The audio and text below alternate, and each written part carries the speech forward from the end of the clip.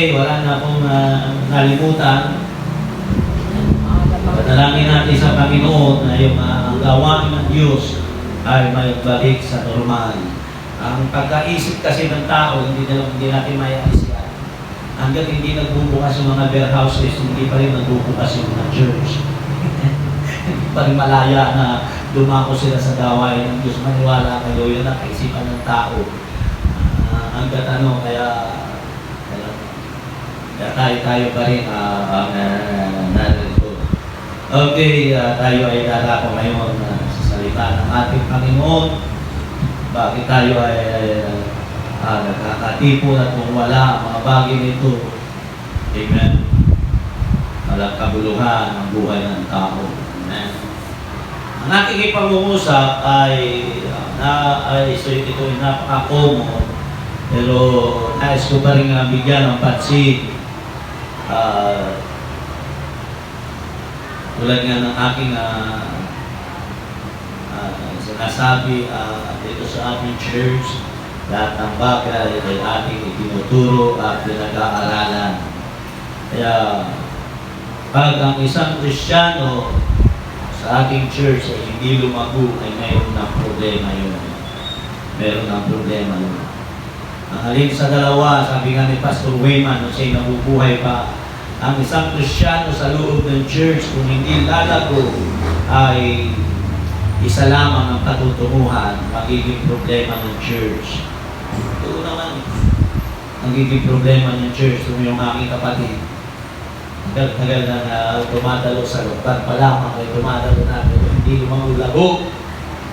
Ano naging problema, niya? Naging problema lang siya ng church. Naging bakit lang siya sa church. Kaya, nangahabang tayo, nagtitipong na umahawi kanina. Wala na talaga siyang bahagi sa gawain ng Diyos. Doon na lang siya. Pero mga anak niya, pwede yan. Pwede siyang pumunta dito. Pero sila, wala na talaga silang bahagi dito sa gawain ng Diyos. Mga mag-asawa. Dahil kita talaga na sila ay walang paglago. Puro kakinabang lang ang nais ng kanilang mga. Okay, masakit isipin dahil kapatid ko mismo talaga at aking ako mismo talaga nagbalaki ko sa taong yung dapat sana na sabi ko supposed to be dapat siya yung aking katulong talaga dito, ang aking tukod at siyang laging nakakaunawa sa akin. Unawa ko ang kanyang kahinaan, unawa ko lahat yun. Ang kahinaan niya, ang hindi ko lang maunawaan sa kanya at siya'y tinutuwid ay lagi siyang may sungay, lagi siyang natutuwa. Ito nang hindi maganda sa kanya. Ay hindi dapat talaga siya dito sa gawain ng Diyos. Okay, buksan natin ang ating mga Bible sa aklat ng mga sinulat ni Dr. Lucas. Lucas sa chapter 16, beginning sa verse 19 to 31. Paksaan ko na ito, pinaksaan ko ito sa isang nag-iisip ako ng anong na pwedeng ipaksa.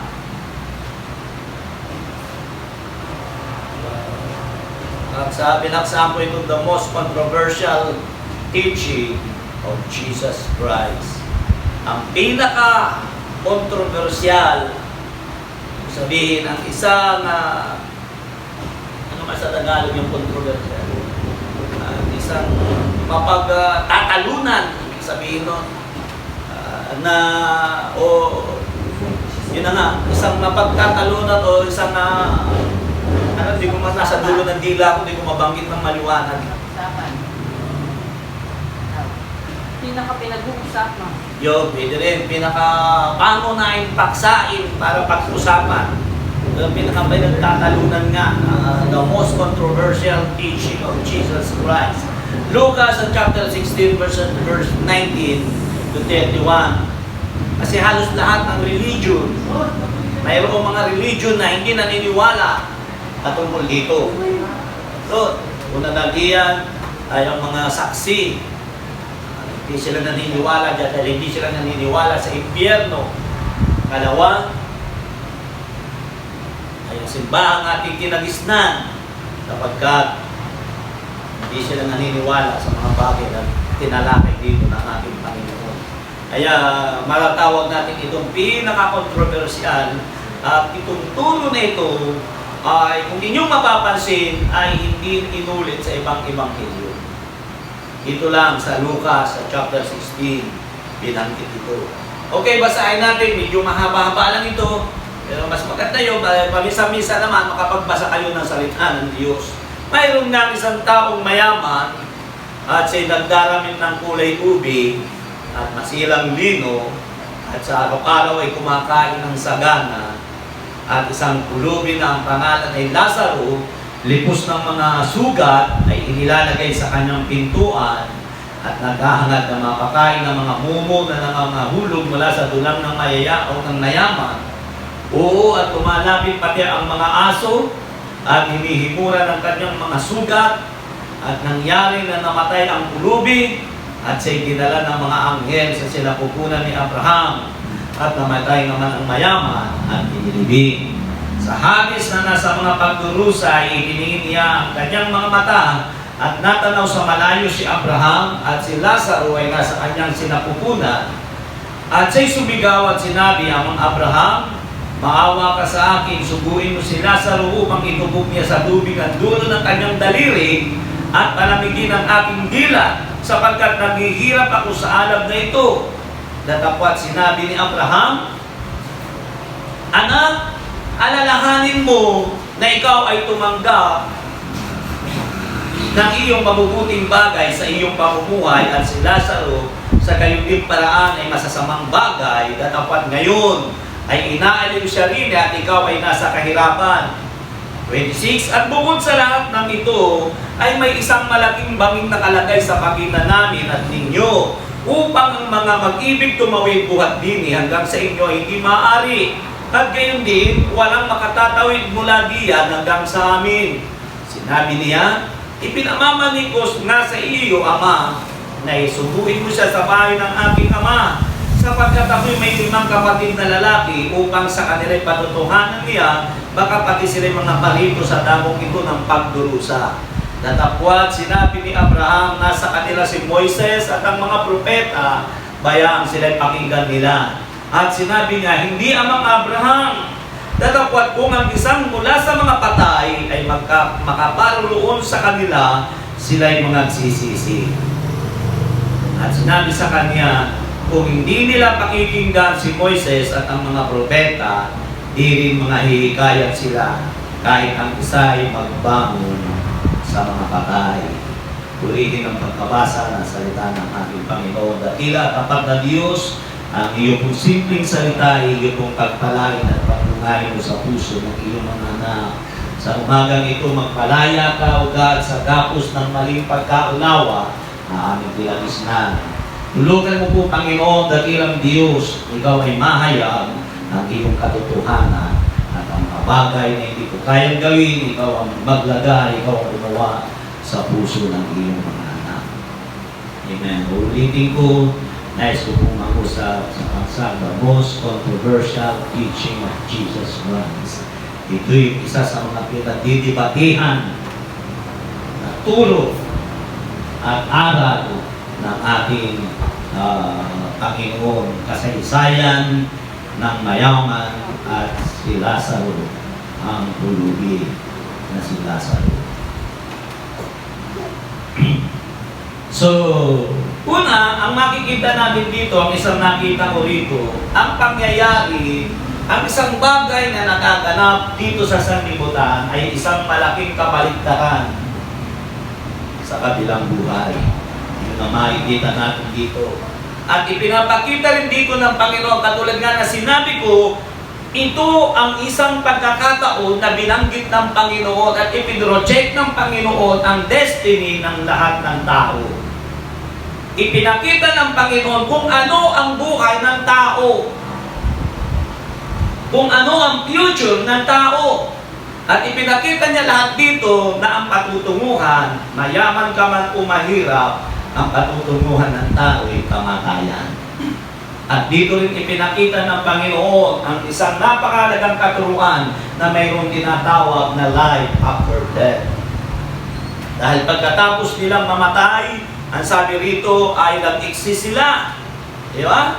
Nagising sila, yung isa nagising sa sinapupunan ni Abraham, si Lazaro, at yung lalaking mayaman naman ay nagising sa lugar ng pagdurusa. Kaya nga sabi ko, kaya nga binaksahan ko itong the most controversial teaching of Jesus.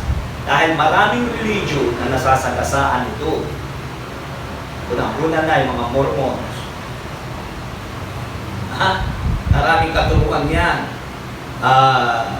Yung ilang mga tao na naniniwala na wala daw kaluluwa, ang unahin ay ang mga saksi. Isa sa pangunahing nasasagasaan nito dahil hindi sila naniniwala na mayroong tinatawag na kaluluwa. Pero ang pagsabi rito, ang katuruan dito, pagkatapos nilang mamatay, ang sabi rito ay nag-exist yung buhay nila. Nagising sila. Dito natin, makikita natin dito, ang isang pang bagay na makikita natin dito yung tinatawag na minority win. Pag ikaw ay sasali sa isang grupo, anong pipiliin mo? Siyempre, ang gusto ng tao lagi yung majority win, hindi minority win. At tulad na sinabi ko, dito kasi ipinapakirat na dito ng isang taong sobrang yaman, na nasa kanya na ang lahat karangyaan, ang lahat ng kasikatan at siya inirerespeto at iginangalan na napakaraming tao dahil sa kanyang katayuan sa buhay. Kaya nga dito ko sinasabi ko nga, ang pangyayari dito sa ating daigdig ay isang malaking kabaligtaran sa sanlibutan o sa kabilang buhay. Dahil pagdating niya kung ano yung yaman niya dito sa ibabaw ng lupa, pagdating niya sa kabilang buhay, siya yung nasa lugar ng paghihirap. Kaya ang karangyaan dito, ang kasaganaan dito, ay hindi isang patunay na ikaw ay may magandang buhay sa kabilang buhay. Kaya hindi totoo din ang tinuturo ng mga saksi. Wala daw impyerno. Ang impyerno daw, kapag dito ka daw naghihirap ka rito, kapos ka sa lahat ng bagay, sa lahat ng kapalaran, nasa impyerno ka. Pero pag ikaw ay sagana sa lahat ng bagay, nasa langit ka. Yun na raw ang impyerno, yun ang langit. Paano kayo ipapaliwanag ito? Minority win. Yung hama, yung pulubi, yung taong grasa, siya ang pumasok sa paraiso. At yung taong sikat, pinaparangalan, at binibigyan ng papuri ng tao, at nasa kanya ang lahat ng bagay, siya yung nasa lugar ng pagdurusa. Higi, kaliwanag ng mga saksiyan. Doon sila'y tunay na saksi. At sila'y saksi ng Batman. Kaya dito mo rin makikita na ang ganda ng simbahan, mga professional, ang dumadalo, congressman, mga politikong tao, ang dumadalo, puro ng adikotse, ay hindi basihan na yan ang simbahan sinakasama ng Diyos. Yun ang makikita mo dito, ang pumasok, kung ang ibibigyan ng pansin, minority win, yung pinakahama, yung pinakamababa, pinakabasura sa lipunan ang pumasok sa kaharian ng Diyos. Nakita niyo ba? Kaya yung kasikatan, yung katanyagan, yung dami, hindi mo makikita dyan ang katotohanan. Yun ang ipinoproject dito ng Panginoon. Ang isa pang naka-alap po na ako rito, ang lalaking mayaman ay hindi pinangalanan. Di ba? Wala siyang pangalan. Hindi katulad nung lalaking tulubi. Pinangalanan siya ni Lazaro. Kagabi, binasa ko ang aklat ni Matthew Henry. Sabi ni Matthew Henry, ay sinadyang hindi pangalanan ni Jesus. Dahil si Jesus ang nagkwento. Alam niyo, maraming mga religious leader ang hindi naniniwala sa turuang ito, sa nasusulat nito sa Bible na sinulat ni Dr. Lucas. Hindi nila pinaniniwalaan dahil ito daw ay isa lamang parables. Ang parabola daw ibig sabihin ay isang kwento-kwento lamang para lang isang katang-isip lamang na para ikaw ay makabuo ng isang kwento at kapulutan ng aral. Yung daw nga ibig sabihin ng parables. Kaya ibig sabihin hindi legit. Kaya maraming mga kaya nga ang baksahin ko dito, the most controversial teaching of Jesus Christ. Dahil maraming mga tumutuligsa sa mga itinuro niyang yan. So, hindi ito pinangalanan ni Jesus ang lalaking mayaman ayon kay Matthew Henry dahil siya ay isang taong hindi dapat tularan. Sabi nga doon ay invidious. Tinignan ko sa dictionary, ano ba yung invidious? Sabi doon ay kainis-inis. Hindi dapat siya bigyan ng pangalan dahil sa sobrang mapagpahimbabaw. Ang isang dahilan kung bakit niya binanggit ito kung itataas natin ito dahil sa mga Pariseo na nag-aakalang sila ligtas. Yung mga Pariseo na nag-aakalang mga relihiyosong tao na may pag-ibig sa salapi, yung sabi roon, yun ang binanggit dito ng ating Panginoon. Makikita natin dito, ang pulubi ay si Lazaro, binigyan siya ng pangalan ng ating Panginoon dahil pinagmamalaki siya ng Panginoon. Yan ang sabi ni Matthew Henry. Isa pang bagay, ang ating mapapansin dito, pagdating dito sa 21 o 22, at nangyari na namatay ang pulubi, sabi nga minsan pag sinabi ni Pastor ni Matthew Henry, kadalasan daw talaga kung sino daw yung mga godly man, sila yung maiiksi ng buhay. Dahil mas naunang namatay yung pulubi isa doon sa mayaman. Yeah, kapasin ninyo, ang unang binanggit ni Dr. Lucas o ng ating Panginoon ay namatay ang pulubi. At sabi rito, ni Matthew Henry, ang kamatayan ng lalaking ito ay parang isang aso. Wala kang makikita na siya ibinurol. Saan yung maigi? Wala tayong makikita na siya pinaglamayan.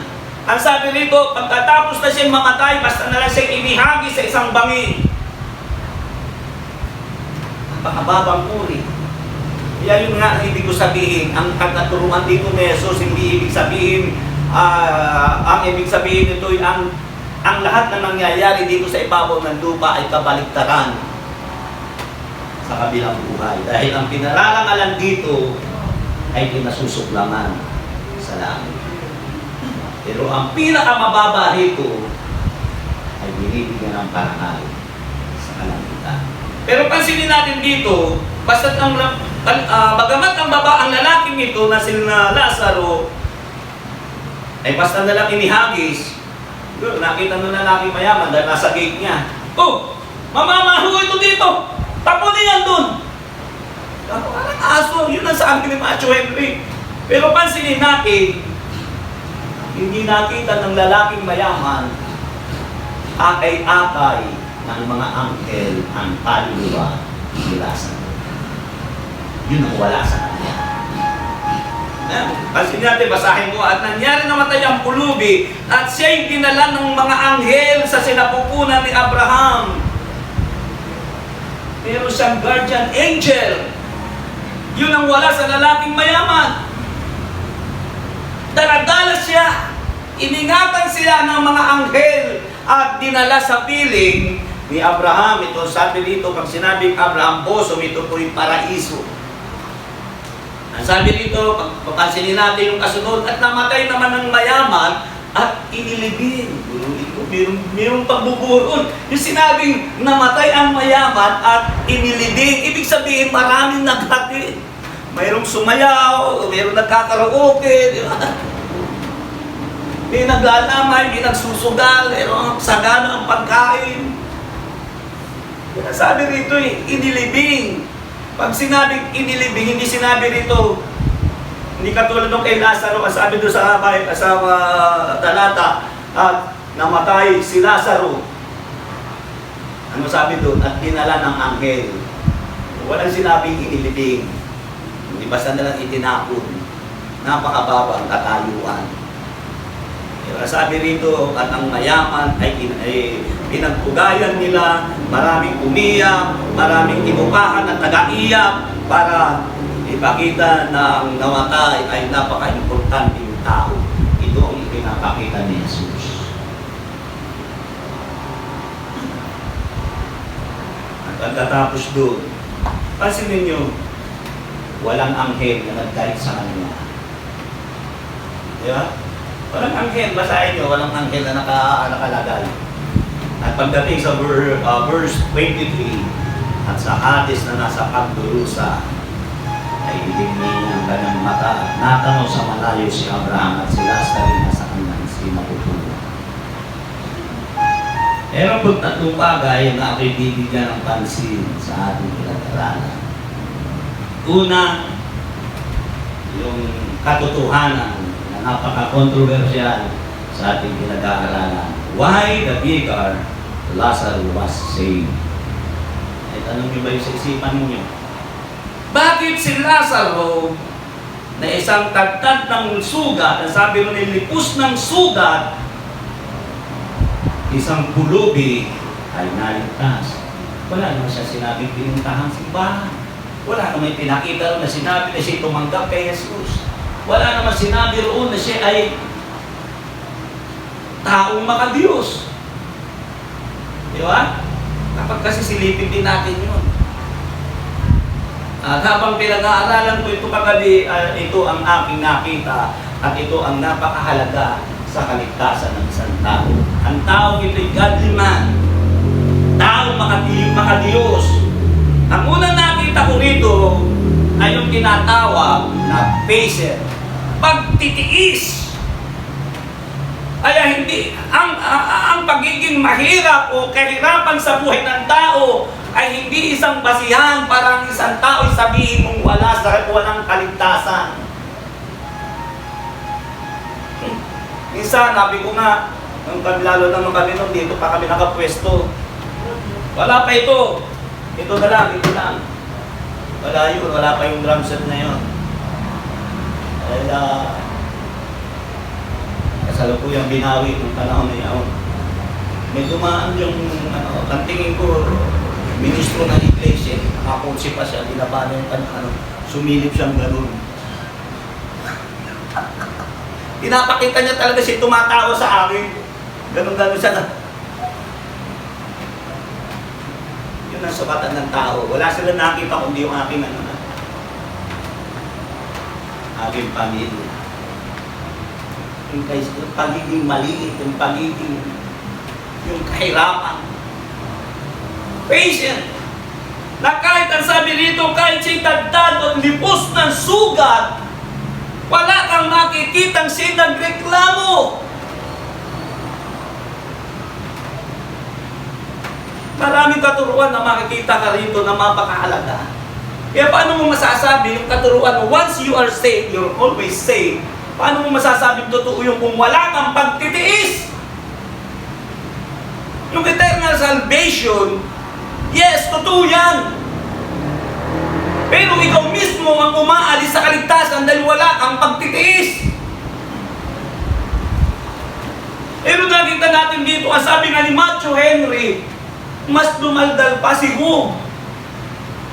Dahil si Job ay dumaig, dapat hindi na ako sinilang. Pero ang lalaking ito, ang sabi ko, nagtiis siya hanggang kamatayan. Wala siyang pinagkaiba kay Job. Sa ilipos ng sugat, ang mga aso sabi doon ay lumalapit sa kanya, tinihimod yung kanyang sugat. Mula ulo hanggang paa, siya'y tagtad ng sugat.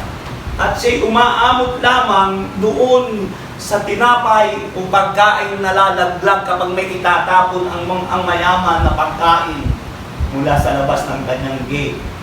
Yun ang kanyang kinakain. Yun lang. Masaya na siya doon. Hindi siya nagsasabi ng pakahirap na po. Asa ng Diyos? Hindi niya ginawang gano'n, di ba? Isang sangkap sa kaligtasan ng tao ay yung salitang matuto kang magtiis. Anong sabi ng aklat ng Matthew chapter 24 verse 13? 13 ang magtiis hanggang sa wakas, yan lang ang maliligtas.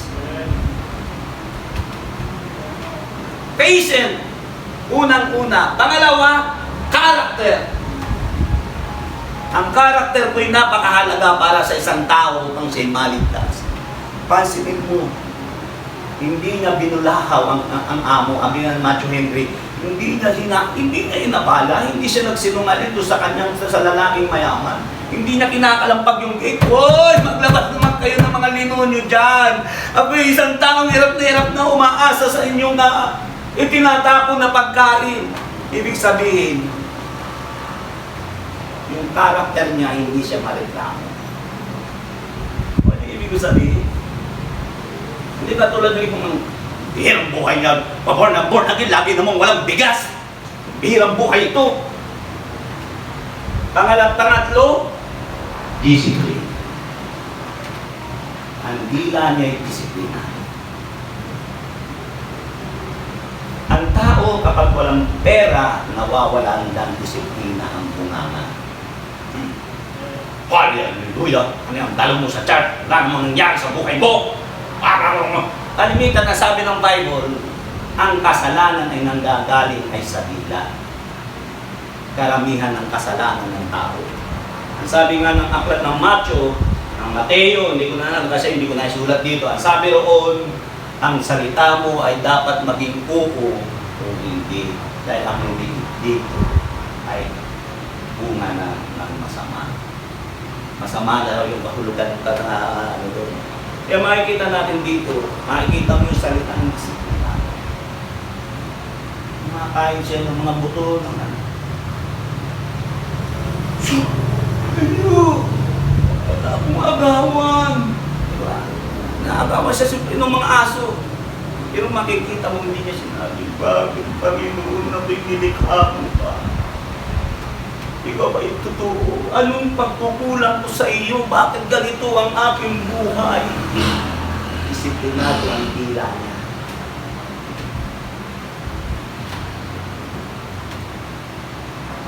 Yes, wala siyang church na dinadalaman.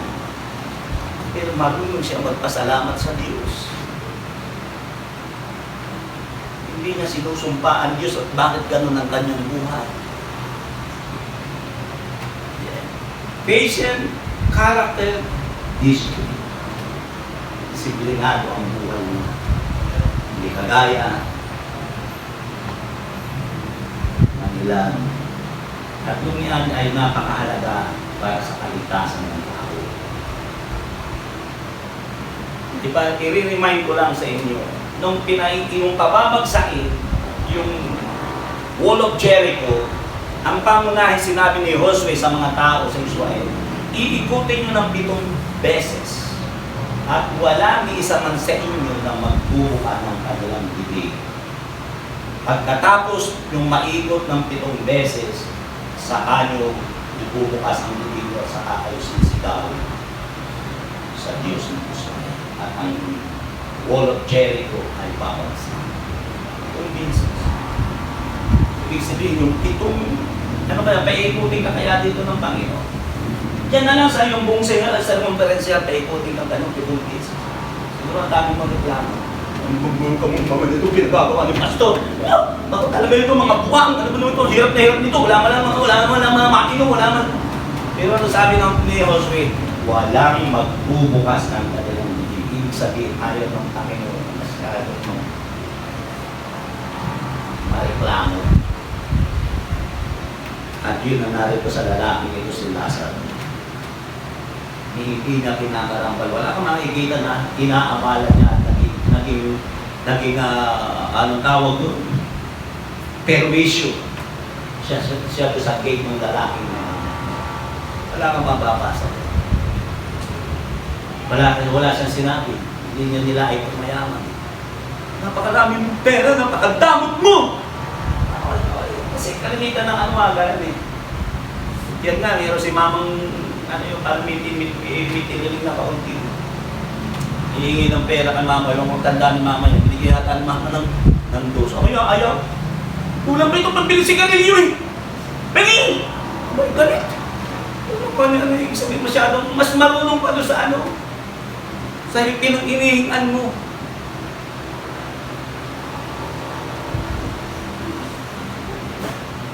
Pangalawa, Hell teach things that cannot be done.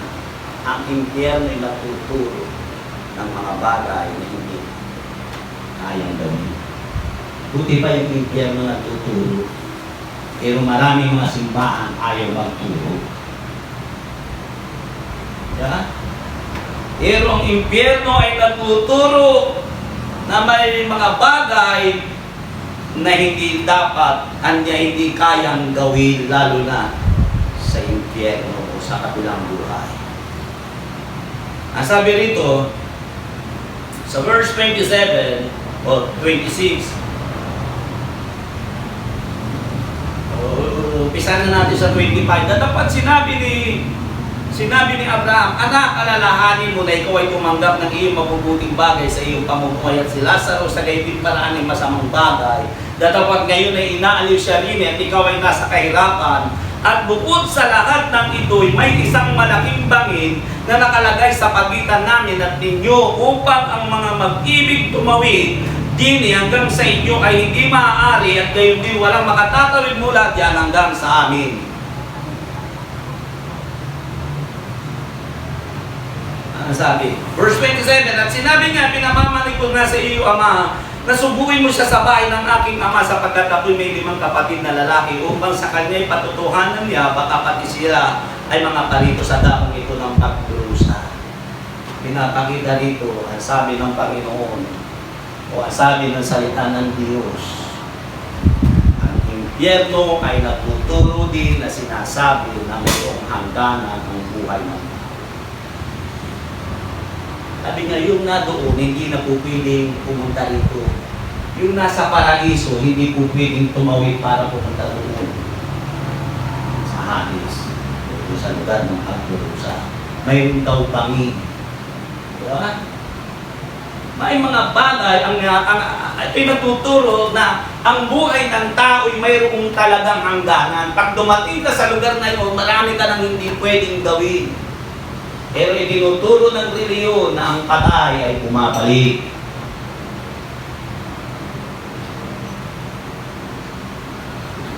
Pero ang sabi rito ng Bible, ang impyerno ang nagpapatotoo na walang patay na bumabalik. Yung mga zombie-zombie, isipan lang ng mga baklang direktor yan. Ito. Impyerno mismo ang nagsasabi, walang taong patay na nakababalik. Ang tao'y mayroong hangganan ang buhay. Kaya kahit dito, dapat natin maunawaan, lahat ng tao ay mayroong limitasyon. Pag tayo narito, hindi tayo po pwede yung buhay ng sanlibutan ay ating maging buhay.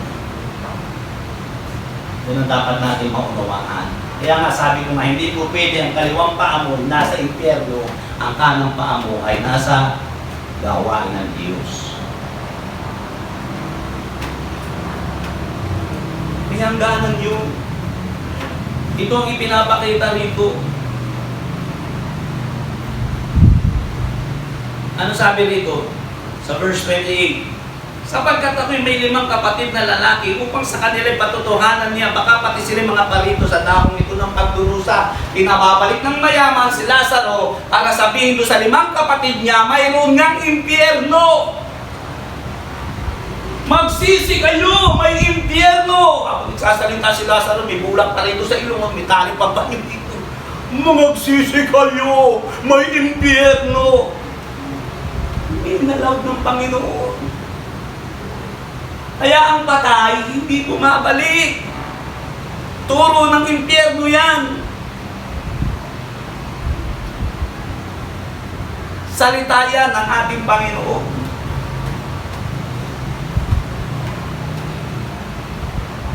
Yun ang dapat natin maunawaan. Kaya bilang nais natin maligtas, gayahin natin si Lazaro. Napakadisiplinado ng buhay niya. Sobra ang kanyang pagtitiis. Diba? Pero may mga tao, mamamatay na, hindi lang makahigit ng sigarilyo sa maghapon. Mamamatay ako. Hindi ako pwedeng hindi makakasit ng sigarilyo. Di ba? Pansinin natin ang lalaking ito. Disiplina, yung karakter, at yung kanyang pagtitiis. Hindi siya nakihalubilo. Hindi naman talaga siya pwede makihalubilo sa kanyang ganung itsura. So ito dapat natin maunawaan. At hindi ko na pakabain. Na tayo sa pangatlo. Teach that the Word of God is very important. Yan yung mapupunan nyo lagi kong pinagtitipan na napakahalaga ang nakikinig na salita ng Diyos. At napakahalaga ng salita ng Diyos. Pansinin natin yung huling pangungusap. Yung huling conversation ng lalaking mayaman at ni Abraham. Ang sabi rito, sapagkat kami may 5 kapatid na lalaki upang sa kanila'y patutuhanan niya, baka pati sila'y mga parito sa dakong ito ng pagdurusa. Datapwat sinabi ni Abraham, nasa kanila si Moises at ang mga propeta, bayaan sila'y pakinggan nila. Ibig sabihin, nasa kanila ang salita ng Diyos na sinulat ni Moises at ng mga propeta. Yan, hawak ninyo. Sabi ni Abraham. At sinabi niya, hindi namang Abraham. Wala siyang paniniwala sa Bible. Kaya napunta ng impyerno. Mas maganda kung isang patay ay magbabalik at para sabihin mayroong impyerno. 31, at sinabi niya sa kanya, kung hindi nila pakikinggan si Moises at ang mga propeta, hindi rin sila mga nahikaya kahit ang isang patay matutamo. Dito pinapakita ni Abraham na walang hihigit sa salita ng Diyos. Kahit ang isang patay ay magbangon, mas mahalaga pa rin ang salita ng Diyos. Turo yan! Maging sa Hades. Na ang walang makakapagliligtas sa tao kundi ang salita ng Diyos. Walang sino mang makapag-aalis sa tao kundi ang salita ng Diyos sa kapahamakan, sa pagdurusa sa impyerno. Sabi niya, kung hindi nila pahalagahan ang sinulat ni ng Moises at ng mga propeta, hindi rin sila maliligtas kahit ang isang patay ay magbangon. Kahit magbangon pa ang lolo at lelang mo. 20 taong nang nakalibing, hindi raw maliligtas ng tao. Ibig sabihin, ang kaligtasan pa rin ay nasa paniniwala sa salita ng Diyos. Basahin natin dito ha. Bago niya ikwento yung kasaysayan niyan, ang sabi rito ng Bible, bago niya sabihin yung kasaysayan na yan, dito niya binanggit sa verse 17, yan din sa Lucas sa chapter 16, verse 17. Ang sabi rito ng Panginoon, ngunit lubhang magaan pa ang mga wala ang langit at ang lupa kaysa mahulog ang isang kudlit ng kautusan. Tapos sa kaya sinabi sa 19, mayroon nga isang taong mayaman. Pero binanggit niya muna yung salitang lilipas ang langit at ang lupa ang salita ng Diyos ay hindi. Ibig sabihin, ang salita ng Diyos ay higit na may value at higit na mas mahalaga kaysa langit at sa sanlibutan. Ibig sabihin nun, lilipas ang langit at ang lupa, wala kang makikitang hihigit sa salita ng Diyos. Kaya ang tao, hinahanap ang lahat dito sa ibabaw ng lupa. Pati Mars ay gustong puntahan dahil isasubstitute daw sa Earth. Sinusukat na nila yung lupa ron, pagtitilikan daw nila ng kanilang bahay. Alam nyo ba yun? Iniimbestigahan na nila yung ang sabi ng Bible, langit at ang lupa ay hindi makapagbibigay, hindi pa ito, mawawala ito. Pero pinakamahalaga pa rin ang salita ng Diyos. Wala kang maitutumbas. Kaya sinabi rin na aklat ng Marcos sa chapter 9 verse 24, anong makakamit mo, makahamak mo, o makamtan mo man ang buong sanlibutan kung ang iyo namang buhay ay mapapahama. Yung makanta mo man daw ang bumusan dito ka. Ang buhay mo naman ay mapapahama. Ngayon, alam na ni Henry C. kung anong pinakamahalaga. Hindi ang mga mall na tinatayo niya, kundi ang salita ng Diyos. So naman yung ibig kong tuhuyin. So yung sa gabing ito, o sa umagang ito, dito ako magtatapos. Ito ang pinaka-controversial na katutuan ng ating Panginoon na dapat natin maunawaan.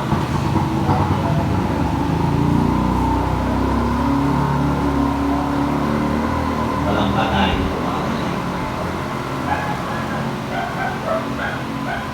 Kaya yung nagsasabi ko sa Facebook, meron daw bumalik na babae, papunta daw ng impyerno.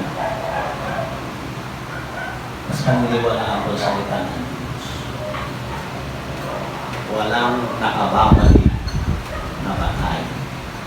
Ikaw, bahala ka sa kriyo, anong paniniwalaan mo yung salita ng sa akin ng mga gulat-gulo mo. Nakita ko man ang tiyong mo, tumalaw. Nakasaitan. Mahala kayo. Pero ang salita ng Diyos ay nagtuturo ng Panginoon na nagturo at nagsabi. Walang patay na tumabalik. Nakababalik. Wala ng second chance. Lahat ng panambitan ng lalaking mayaman hindi tinarante. Natapos at natapos yung kasaysayan hindi tinarante. Natapos at natapos ang kasaysayang pinagtibay ni Abraham. Ang salita ng Diyos ay narito. Bayaan mong pakinggan mo. Yung Abraham, hindi nila yung pakikinggan, nasa sa kanila yun. Hindi nila pakikinggan ang salita ng Diyos.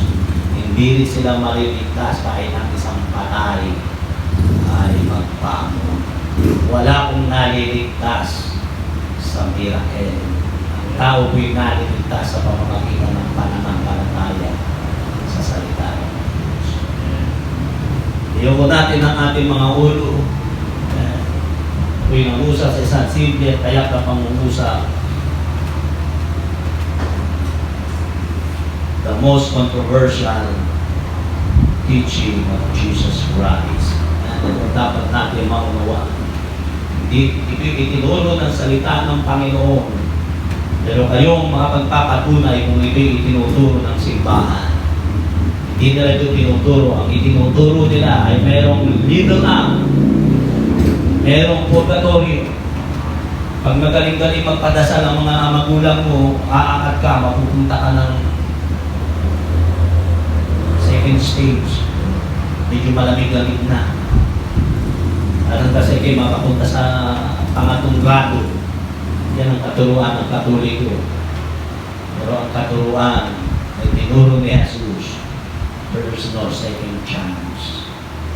Tapos ng isang tao ay mamatay, may nakakakitang bangin. Hindi ka na po pwedeng lumipan. At hindi ka na po pwedeng umalis sa kinalalagyan mo. Ito ang dapat natin maunawaan. Dapat tayo maging alert sa aral na ito sapagkat ito ang ating buhay. Ito ang ating destinasyon. Ito ang ipinapakita ng Panginoon na kahahantungan ng tao. Tayong lahat ito kayo. Kaya nagpapasalamat tayo sa Panginoon dahil nakakilala ka sa Panginoon. Napakinggan mo ang salita ng ating Panginoon. Ngayon kung ikaw ay mapapahama, ay nasa sa iyo na yan. Ay tinalaman dyan ang iyong paniniwala. Dayahin mo ang lalaki si Lazaro dahil sa sobrang hirap na dinanas sa buhay mo. Nasa kanya yung patient pagtitiis, karakter niya, iningatan niya, at yung kanyang pagiging disiplinado sa lahat ng bagay. Pinakita na hanggang sa sarili pamanagutan ng Pilipinas. And wala siyang papuri, wala siyang karangalan, pero may karangalan sa salamat. Yun ang sinasabi kong minority win. Hindi lahat ng maliit, hindi lahat ng mababa, may masasabi mo, kakabag-kabag. Ito ang mga bagay na dinadakila ng sanlibutan ay kinamumuhian ng Diyos. Ang dapat nating maunawaan.